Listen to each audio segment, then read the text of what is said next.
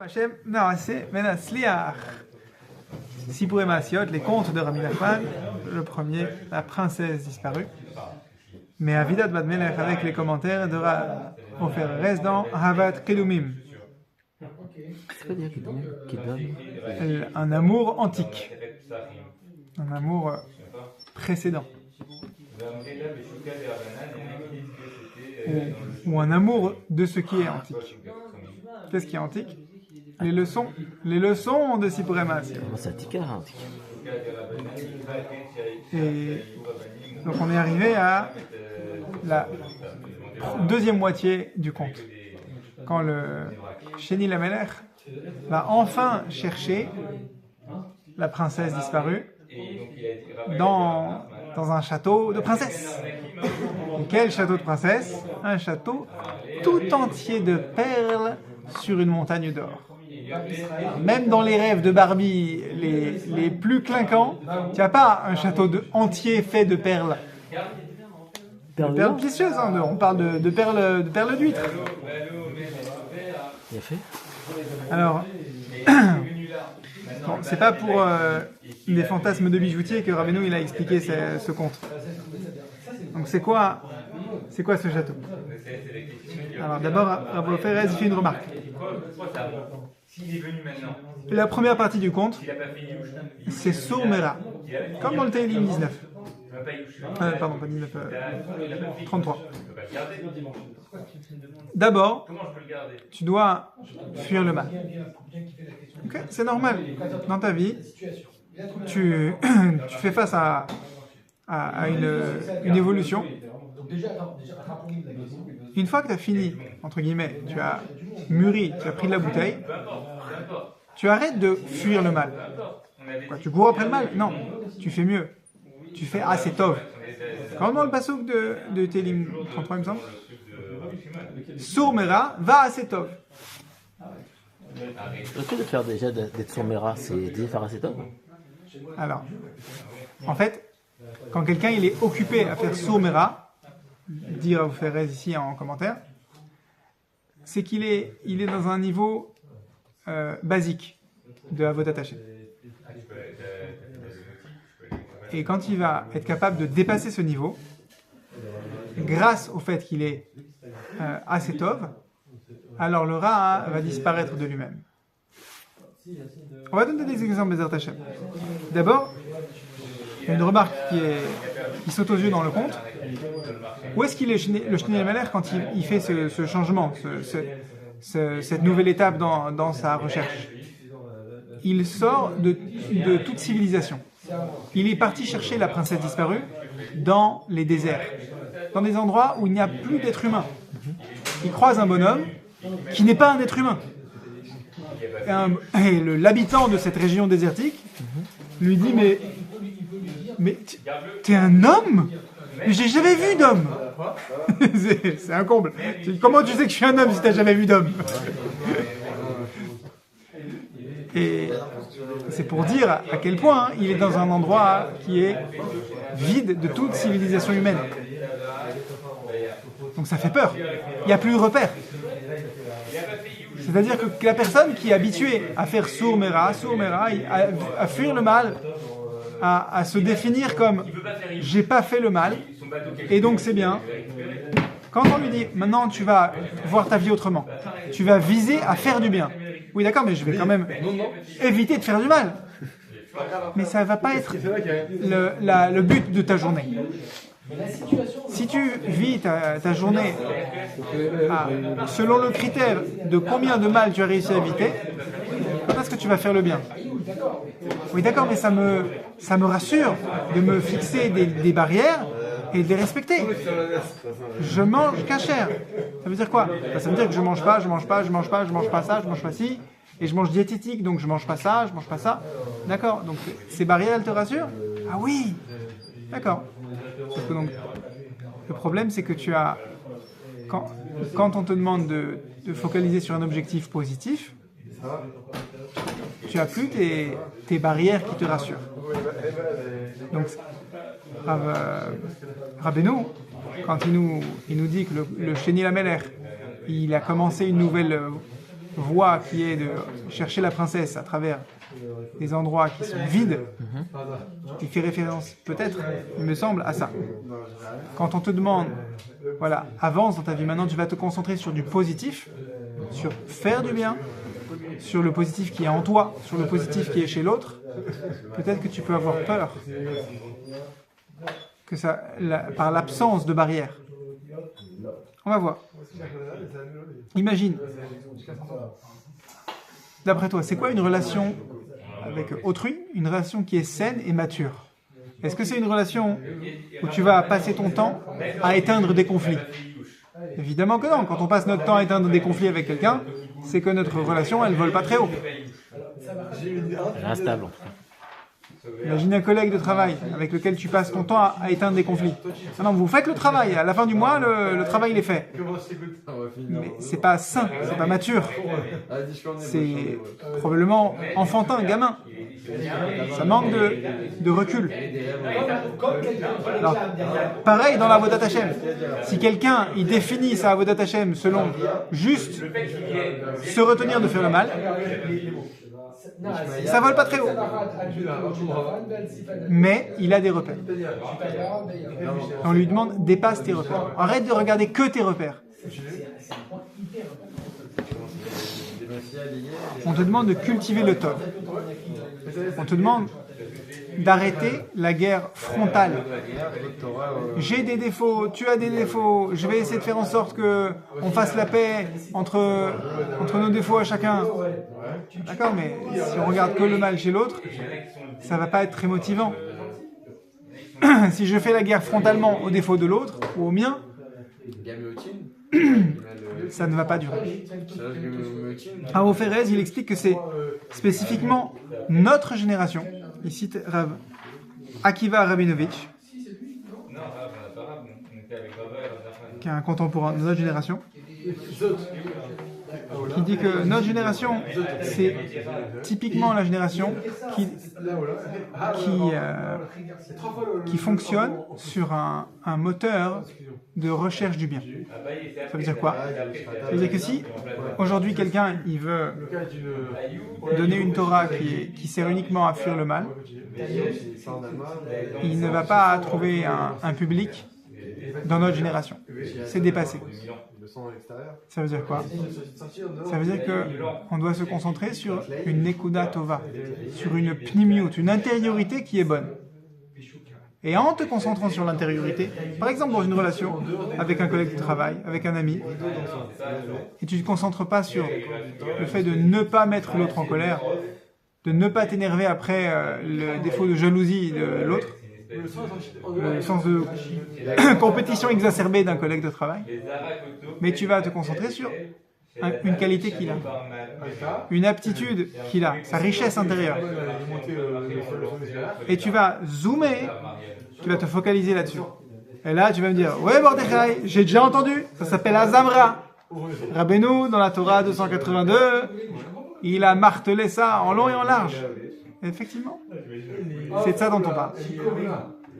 Les perles du château de perles sur une montagne d'or, ce sont les points positifs et Nekudot Tovot du Ham Israël. On n'a pas peur d'être finalement très bon en Nekudat Tovot, mais nul en Limud Torah.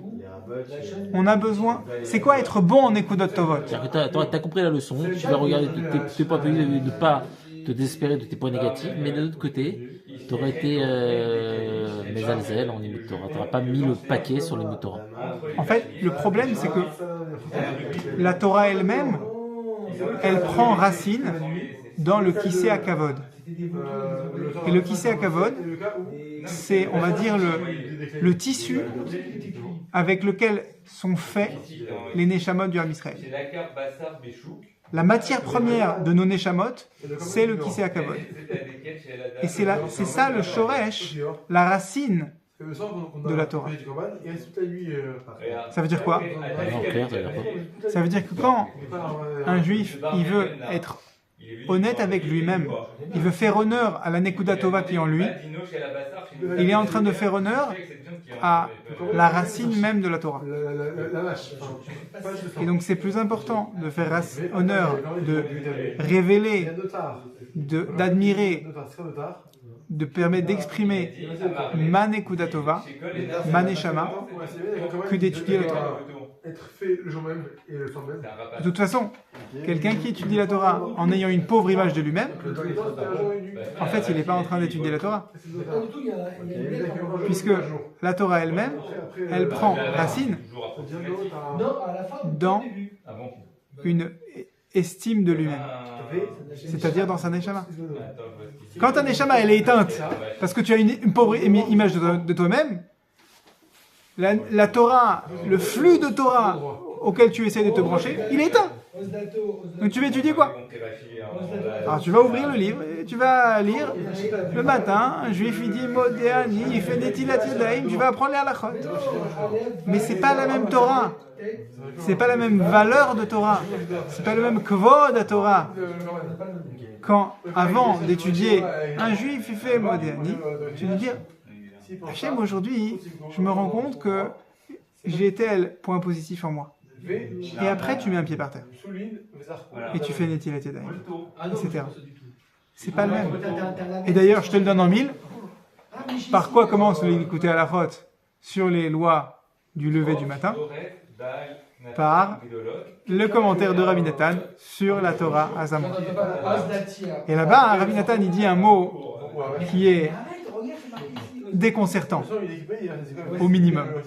Il dit Nekuda Tova zo bechinat elokut. C'est de là pour récupérer qu'il soit Un point positif. Une Nekuda Tova, c'est une dimension de divinité. C'est Hachem Kaviachol. Mais voilà, comme on vient de dire, c'est pas étonnant. Le Kisei Kavod, c'est un niveau spirituel qui est plus élevé que la Torah. C'est pour ça que quand Moshe Rabbeinu est monté, entre guillemets monté, pour récupérer la Torah au Har Sinaï, et qu'il a dit Hachem, j'ai peur des malachim et de leur souffle de feu, j'ai peur qu'ils me brûlent. Hein, ils avaient un lance-flamme. Il avait peur de se faire brûler les habits, Moshe Rabbeinu. C'était quoi? Il avait peur du souffle de critique des malachim, de leur exigence, de leur sourméra, implacable. Et Hachem lui répond, il est dispensé de quoi il a pas le droit de faire quoi? Comment il a dit? Erpos ou Tfos? Tfos bekisei kvodi, si je me souviens bien de Midrash. Ouais, je crois parce que c'est dans Souka, au début de Souka. Tfos, Echos bekisei kvodi. Echos bekisei kvodi. Rashi ici Tanchuma qui le ramène. Ami Tanchuma. Et Echos bekisei kvodi, c'est-à-dire que l'antidote à l'accusation du sourméra implacable des anges, c'est le Kisei Kavod. Le Kisei Kavod, il est plus fort que la Torah sourméra des anges. Oui, le Kisei Kavod, il est au-dessus de toute la Torah, y compris une Torah implacable, insupportable des malachim. Et chaque juif, il est capable de Echos bi Kisei Kvodi, d'attraper le Kisei Kavod. Comment tu peux attraper le Kisei Kavod? Moshe Rabbeinu, il l'a attrapé quand il était en communion, en transe avec Hachem pendant 40 jours. Quand tu cherches une Nekuda Tova en toi et que tu la trouves, tu attrapes le Kisei Kavod. C'est Rabbi Nathan qui le dit. Nekuda Tova zo bechinat elokut. On replonge dans le texte de Rav Ofer. Et j'ai pas fait exprès, mais Rav Ofer Erez, il parle maintenant des 36 heures pendant lesquelles on a brûlé, a éclairé le Oraganouz dans le monde. Et tu vas me dire, oh, 36 c'est le nombre de bougies qu'on allume à Hanouka avec le chamage. Chaque jour. Au total. 2, plus 3, plus 4. Enfin, 2 parce qu'on compte le Shamash dedans, si je me souviens. C'est de là, voir ton tir. C'est de là voir 36 chandelles. Non. Il n'y a pas... attends, hein. Mais tu crois... De La Fontaine, il a piqué dans le Midrash, à fond. Il fait un khatat. Donc, Il pense à faire un. piquer dans le Midrash ou piquer dans le Zohar HaKadosh, puisque le Or HaGanuz, c'est une notion dans... Incroyable. Les 36 heures, c'est une notion dans le Zohar. Les 36 jardins, les 400 coups. Les 400 coups avec les... C'est pas étonnant, d'accord? Mais en même temps, si tu vas copier sur quelqu'un, copie sur le premier de la classe. Pourquoi chercher ailleurs? Il a bien fait de La Fontaine de copier dans le Mais Midrash. quel rapport entre voir 36 chandelles et... Quand on dit voir 36, c'est... Alors, le problème, c'est que si on étudie le Midrash sans un Rav qui va nous guider, on va faire un faux pshat. Tout ça. Donc, quelqu'un qui va ouvrir les éditions Verdier du Zohar, n'en déplaise au traducteur Charles Mopsik, eh ben, qu'est-ce qu'il va bien pouvoir en faire? À l'époque, je me souviens, j'ai rencontré Rav Shimon Dahan, le Shochet, à Tout cela, il monte. boulevard Michel Bizot dans le 12e. Baruch Hashem, quelqu'un qui peut te citer des passages du Zohar à Kadosh mot pour mot, mais sauf qu'il sait ce que ça veut dire. C'est pas qu'il peut te les citer en français mot pour mot, c'est qu'il les comprend. Il peut te les amener à ton niveau. Il faut un rave. Donc, les 36 heures pendant lesquelles le Or HaGanuz a brillé, ça, ces 36 heures, elles ont été, on va dire, dispersées dans les Sipurim Maasiot. Pas que dans les Sipurim Maasiot. Aussi, elles ont été dispersées, puisqu'on est dans le conte de la princesse disparue, dans le Lotov. Et donc quand Akadosh Baruch Hu, quand le roi, il a dit à la princesse, Alotov ikachotar, que le Lotov te prenne, que le pas bon t'emporte, alors, en fait, il a, entre guillemets, condamné la princesse à être enfermée dans le Or HaGanuz. Mais une lumière qui serait tellement élevée qu'on ne se rendrait pas compte que c'est une lumière.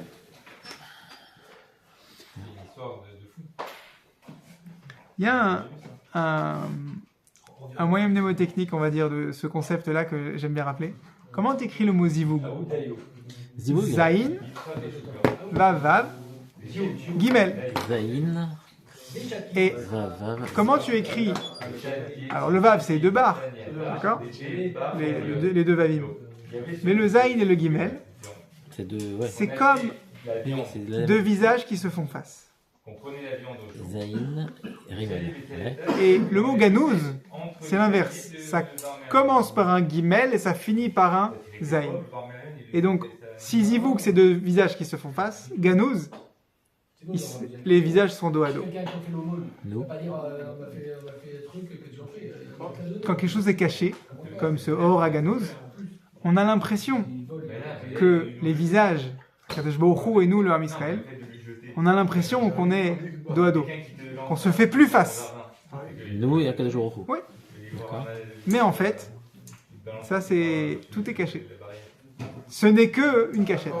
Béhémet, il y a de la lumière. C'est-à-dire quoi que le... Mais ce qui nous apparaît à nous, c'est que Hachem il n'est pas là. Kaviachol. C'est que la princesse elle est loin et il va falloir chercher pendant des millénaires pour la trouver. Mais Béhémet, ce qui est Ganouz, c'est que un zivug. C'est un couple face à face. Ganouz caché. Ganouz caché, comme Geniza. Ok. Alors, on va conclure sur ça. Il y a 7 heures aussi. Rav Ofer, il conclut, il dit, 7 heures aussi, c'est caché. pour l'instant, comment tu révèles le Or HaGanuz? Comment tu allumes la lumière? Puisque c'est caché. C'est fait pour être dévoilé. Quand quelqu'un il joue à cache-cache, c'est qu'il veut qu'on le trouve. Alors, Ofer, il dit, s'il te plaît, c'est simple. Prends de la méthode. Il faut être méthodique. La méthode, c'est quoi? Azamra. Cherche les Nekudot Tovot. Tu les cherches comme le Sheni Lamelech. Il cherche la princesse disparue. Tu cherches les Nekudot, les points positifs en toi, chez l'autre, dans une situation. Tout à l'heure, il y a une patiente qui m'appelle, qui me dit, je suis déprimé, j'ai eu plusieurs entorses récidivantes là dans les derniers mois. J'ai ma meilleure amie qui est décédée et j'ai une pathologie chronique qui pointe son nez dans ma vie et ça me déprime lourdement. Eh bien madame, je crois qu'il y a du bien dans tout ça. J'ai placé mon scud après 30 minutes de discussion. Je ne savais pas quand j'allais le placer. T'es kiné ou t'es psy? Parce que je me suis dit, il faut que je lui dise. Mais j'hésitais trop à le dire.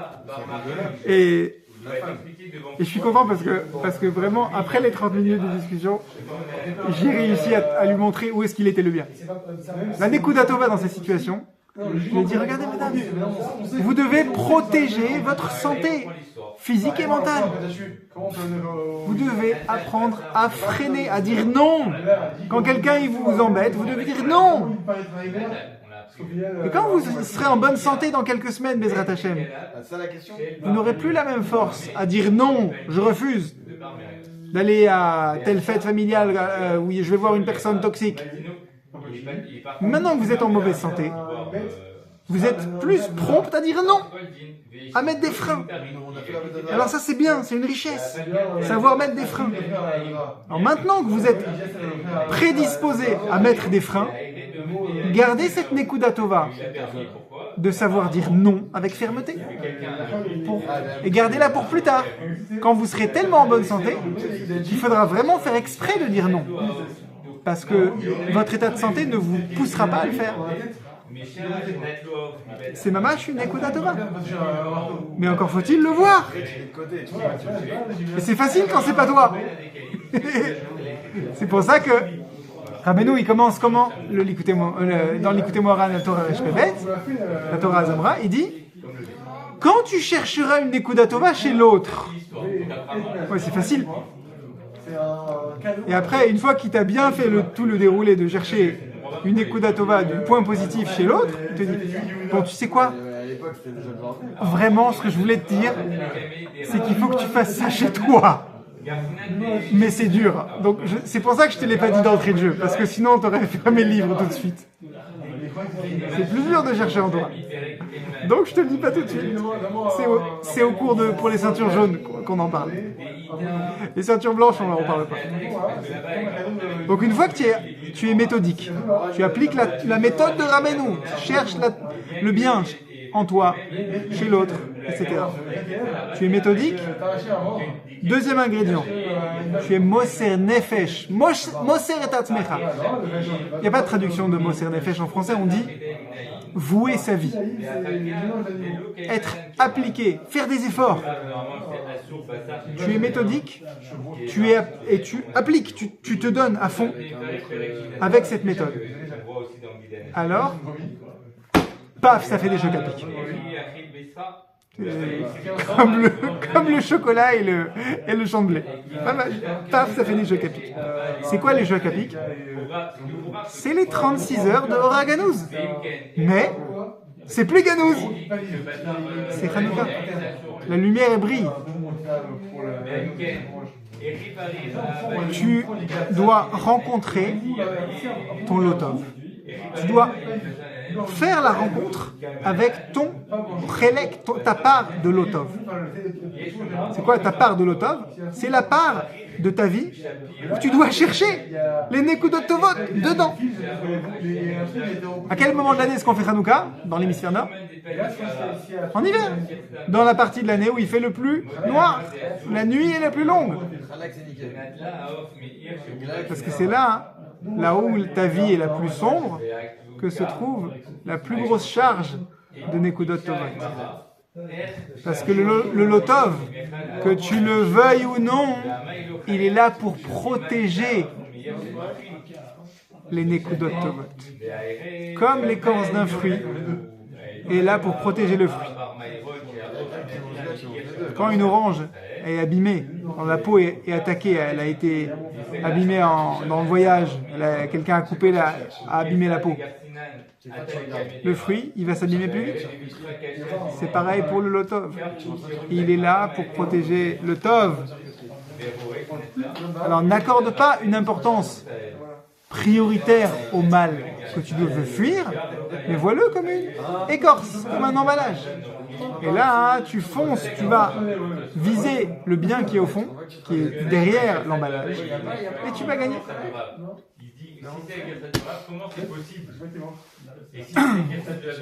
Comme on dit dans la paracha de Vaishlach qu'on vient de finir, pardon, dans Vayeshev, comme on dit dans Vayeshev, Lo haya basé kedesha. Malgré les apparences, que Tamar avait l'air d'être une dame de chemin, à la croisée des chemins sur le carrefour. En fait, il n'en était rien. C'était une des plus grandes tzadékettes du monde.